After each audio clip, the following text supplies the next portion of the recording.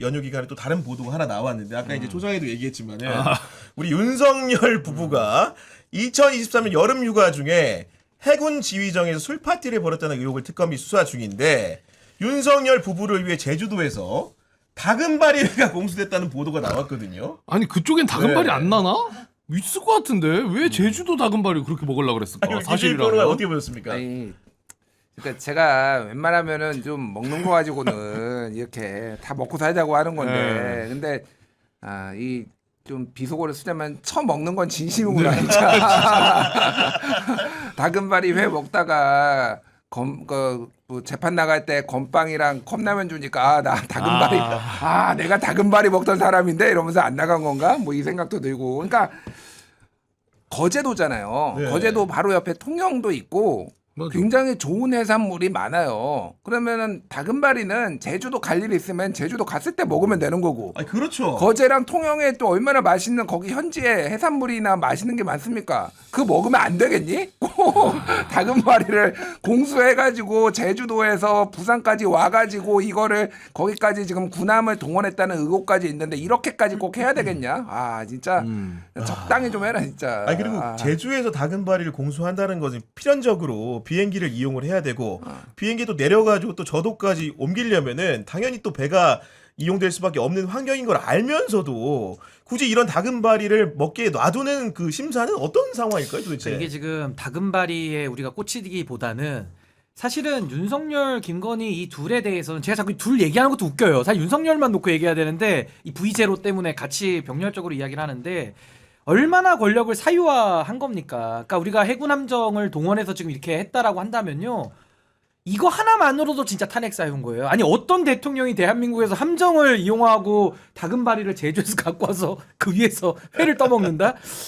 정말 이게 근데 이게 지금 우리한테 와닿진 않잖아요. 왜냐면 지금 김건희, 윤석열 둘의 만행이 너무 많다 보니까 그냥 요거 정도가 원오브 댐으로 우리가 지금 아니, 그러니까 느껴지는 게 저는 하나만 가지고도 난리가 나야 되는데 다금바리 원래는. 하나만 가지고도 이건 나라가 뒤집혀질 일이거든요, 사실은. 그렇죠. 그러니까 국가 안보는 어디가 있었으며 결국에는 공적인 권한을 완전히 사유화해가지고 본인들 휴가 보내듯이 함정을 동원해서 썼다는 건데 참 언급할 값어치가 없는 것 같고 이 모든 죄값을 끝까지 물어야 된다. 예, 저는 그 방법밖에 없다고 봅니다. 근데 이제 군함 쓴 거는 많은 분들이 이제 당연히 문제의식을 가지고 있으니까 저는 비행기 특혜도 좀 생각을 해봤어요. 비행기 특혜. 회를 떴어.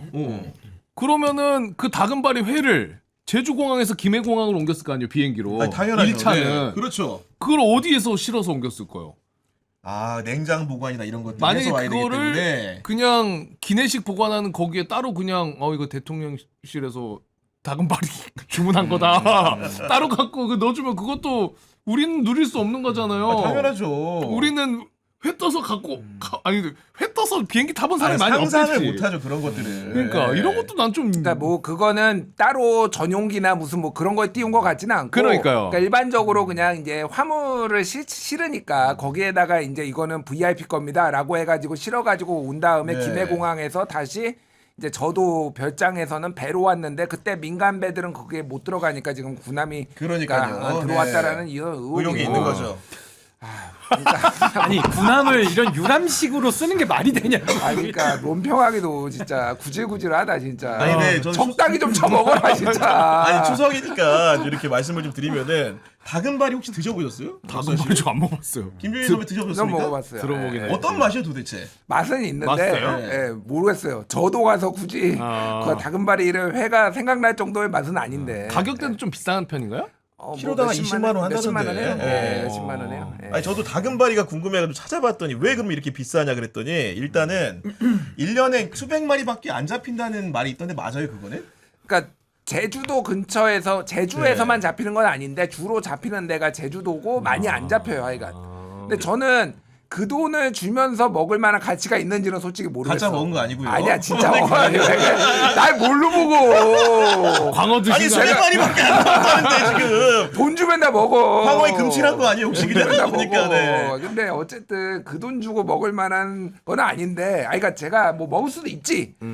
제주도 가서 먹으라고 그거를 왜 거기에 저도에서 거제도에서 그걸 자꾸 난리야 진짜. 그러니까 일단은 비싼 이유가 희소하니까 비싼 게 맞는 거고요. 그리고 얘기 들어봤더니 성장 속도가 느리대. 다금바리가. 그러니까 성어 쉽게 얘기해서 잡아서 먹을 만한 사이즈가 되려면은 오래 걸려. 최소 3년이 걸린다고 하고 그리고 이제 그러면 양식을 하면 되는 거 아니야 했는데 양식을 하게 되면은 어린 어종들끼리 서로 잡아먹는데 성어가 될 때까지 안 기다려주고 잡아먹어서 폐사율이 크다 보니까 이게 비싼 거라고 하던데 그렇다 손 치더라도 참 이게 괜한 그 미식가 정말 이상한 미식가입니다 보면은. 그러니까 이게 뭘 먹었냐의 문제도 우리가 있지만은 사실은 권력을 사유화한 부분 이것도 이제 국민들이 화가 나는 거고 더 열받는 거는 함정을 이용했다라는 게 결국에는 안보 자산까지도 맘대로 움직였다는 거 아닙니까? 그러니까 우리가 지금 김건희 관련된 이슈 중에서 뭐 박물관 갔다가 뭐 고궁인가요? 거기서 또 뭐 갖다 쓴 거 뭐 지금 온갖 국가 자산들을 가지고 이 도대체 어디까지 사유화를 할 수 있나라는 우리의 종묘 차담회까지. 그러니까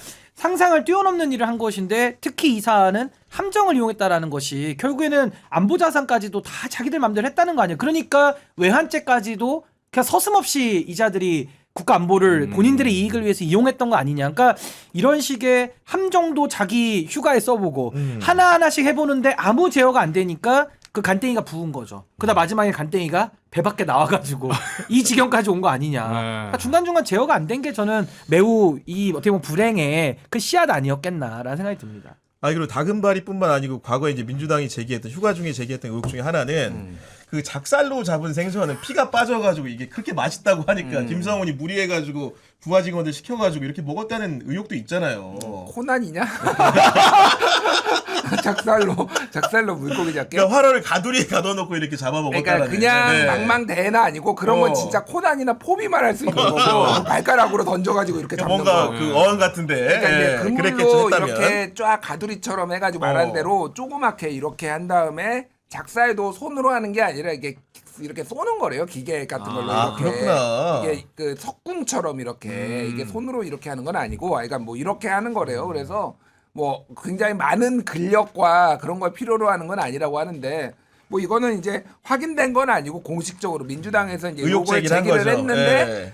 맞을 확률이 제가 보기에는 90% 이상이다. 이거는. 왜냐면은 목격자가 있었고 그게 이제 진술이 나왔을 가능성이 매우 높다. 네. 그러니까 적당히 좀 해라 진짜. 그러니까 이게 윤건희 입장에서는 지금 이제 서울구치소랑 남부구치소 식단이 얼마나 본인들의 취향과는 그러니까. 멀겠어요. 다금바리 먹다가 다금바리 작살로 잡고 이거 하다가 고등어 조림 나오니까 미쳐버리는 조림인데 거 이제 지금 그 꼬다기만 보니까 나올 지금. 거거든 끝에만. 그러니까 이제 뭐 여러 가지 그 우울증이 올 수는 있는데 하여튼 잘 적응하시고 이제 아무래도 그 구치소에서 계속 또 있어야 되니까. 근데 참 이런 거 하나하나 진짜 들을 때마다 참 우리의 상상을 뛰어넘는 진짜 참 대단한 아니, 상상을 뛰어넘는 게 오늘 보도가 하나 더 있었는데 어떤 거냐면은 네. 경향신문이 이제 이기훈이라는 그 도망갔다가 잡힌 삼부토건 부회장 네. 공소장을 입수해 쓴 보도인데 그러니까 주가를 삼부토건 띄워야 되잖아요. 그러니까 하다 어떤 서사까지 갖다 썼냐면은 필리핀 출신의 전설적인 복싱 선수 매니 파키아오라고 있지 않습니까? 박희아오. 그러니까 이분의 경기를 이제 아마도 이제 그 여는 과정에서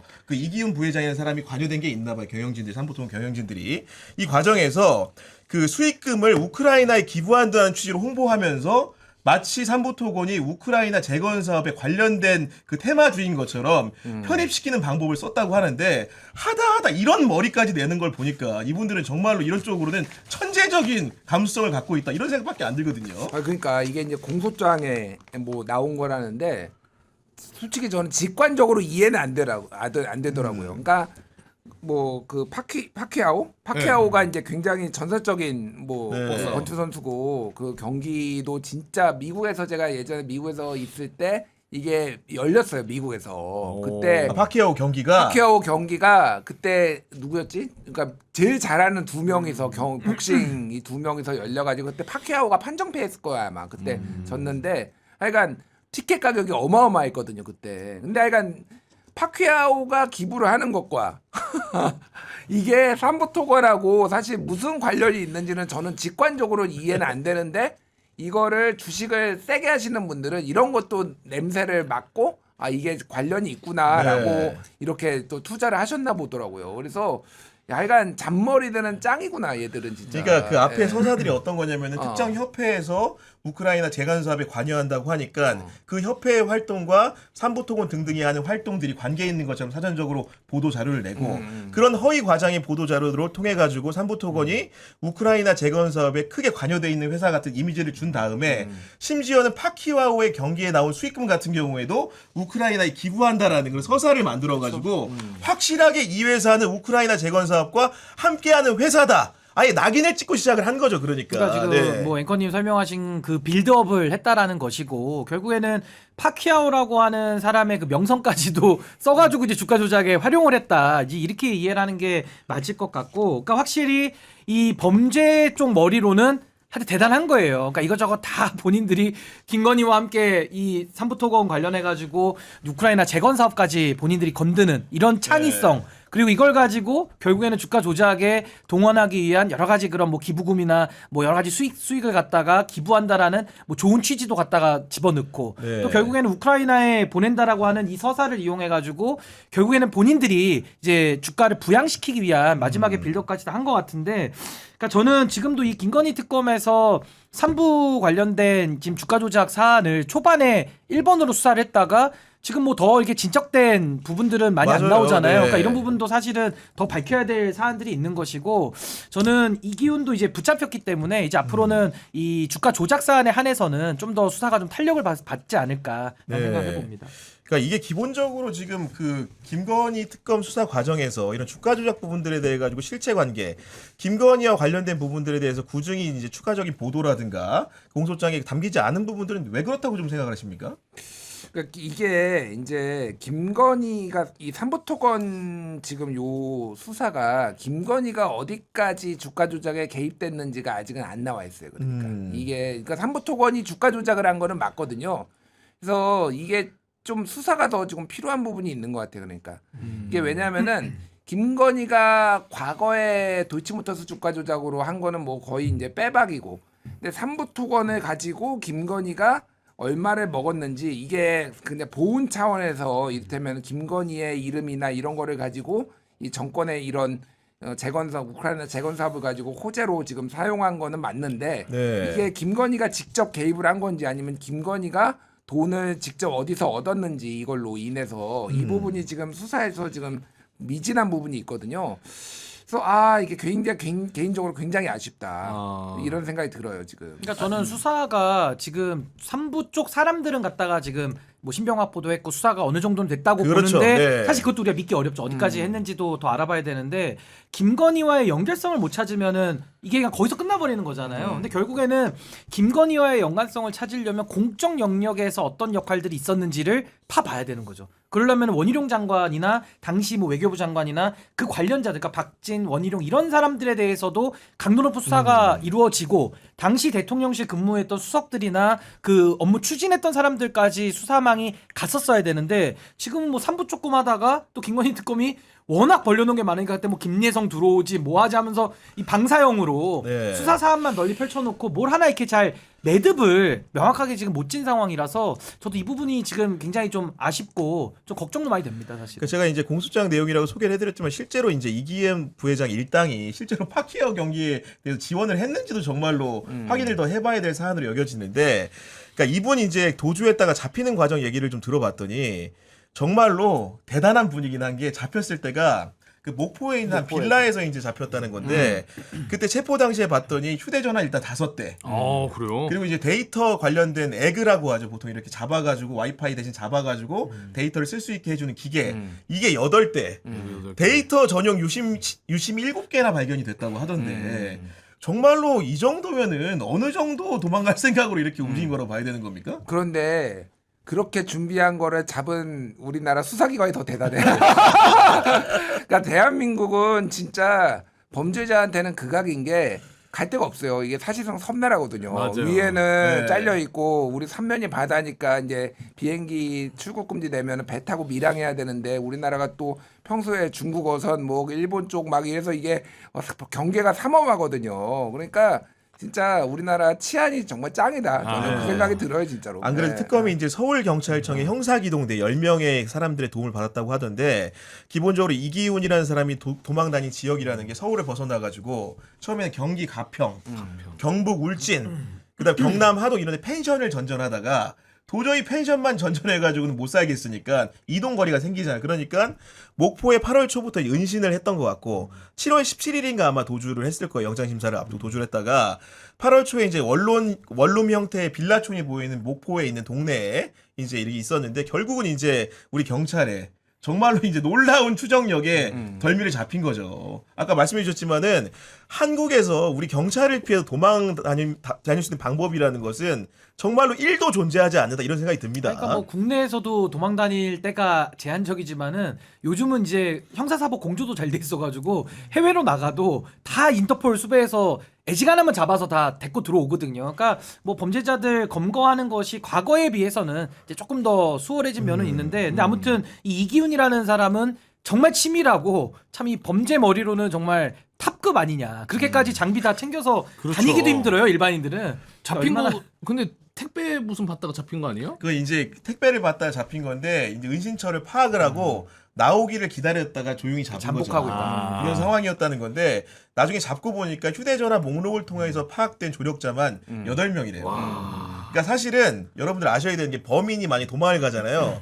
그 가족들이 사실은 도피 조력한 거는 처벌을 받지 않습니다. 아 그래요? 그 8명이라는 건 가족 빼고 8명이라는 거야. 그 정도로 이기훈이 어떻게 보면은 부정 이득을 취향을 가지고 여러 군데 돈을 뿌려가면서 은신을 했던 게 아닌가 싶거든요, 보면은요. 그러니까 네. 이기훈은 본인이 이제 주가 조작을 한 거를 뭐 100% 걸릴 거라고, 이거는 이게 그러니까 앵간하면은 사실은 수사에 협조해 가지고 형량을 낮추거나 뭔가 그럴 사람도 꽤 있거든요. 근데 이렇게 도주까지 했다라는 거는 굉장히 본인도 이 돈을 대부분 환수당하거나 굉장히 중형을 살 가능성이 네. 높다라고 이제 본 것 같아요. 그러니까 그래서 아까 말씀드렸지만은 이기훈이 유죄를 받는 거는 거의 저는 뭐 믿어 의심치 않는데, 이 김건희 쪽을 김건희 관련성. 이거를 찾아내야 되는데, 이 김건희 특검이 뭐 다 검사들 돌아가겠다고 하고 있고 이게 공소 유지가 잘 될지 좀 걱정이 많네요, 진짜로. 네, 아무튼간에 그럼에도 불구하고 범인을 잡았으니까 김건희 특검이 끝까지 책임지고 잘 수사하고 기소해서 공소유지를 하기를 바라는 바입니다.